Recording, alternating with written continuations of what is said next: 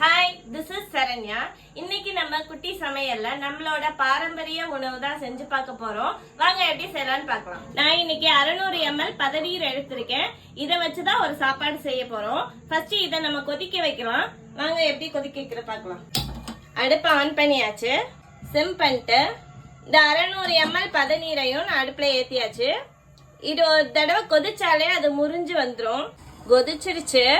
கொதிக்கும் போது பொங்கும், அதனால ஒரு கரண்டி போட்டிருக்கேன். இதை ஆஃப் பண்ணிடலாம். கொஞ்ச நேரம் ஆகட்டும். அதுல உள்ள சுண்ணாம்பெல்லாம் படியும் கீழே. அதுக்கப்புறம் ஃபில்டர் பண்ணிட்டு நம்ம சாப்பாடு செய்யலாம். இப்போ நம்ம வடிகட்டிக்கலாம்.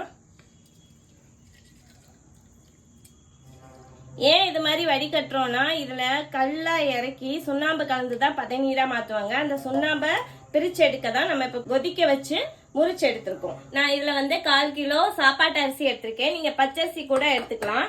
அது எல்லாத்தையும் நான் குக்கர்ல சேர்த்துக்கிறேன்.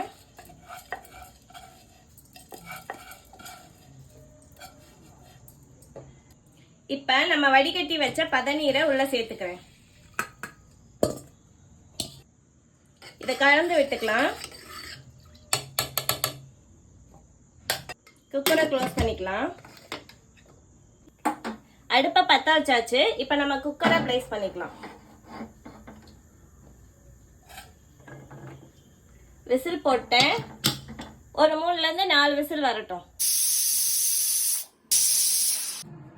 ஸ்டீம் எல்லாம் அடங்கிருச்சு. திறந்து பார்த்துக்கலாம். நல்ல பதனி வாசம் நல்ல கமகமன்னு வருது. இது பொங்கல் மாதிரி குழையாது, சாதம் மாதிரி தான் இருக்கும்.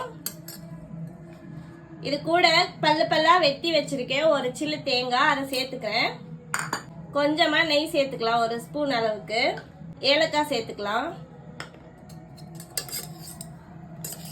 எல்லாத்தையும் சேர்த்து கலந்து விட்டுக்கலாம்.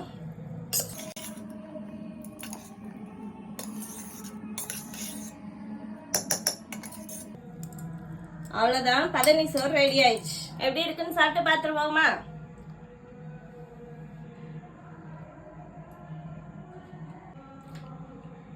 பதநீரோட மைல்டான இனிப்பு கூடவும் இந்த நெய் தேங்காய் எல்லாம் சேர்ந்து நல்லா ஃபிளேவர்ஃபுல்லா இருக்கு.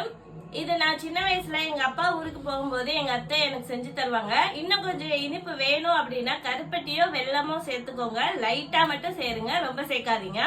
நீங்களும் செஞ்சு பார்த்துட்டு சாப்பிட்டுட்டு உங்க சின்ன வயசு ஞாபகங்களோட இருங்க. நெக்ஸ்ட் வீடியோல பார்க்கலாம். தேங்க்யூ.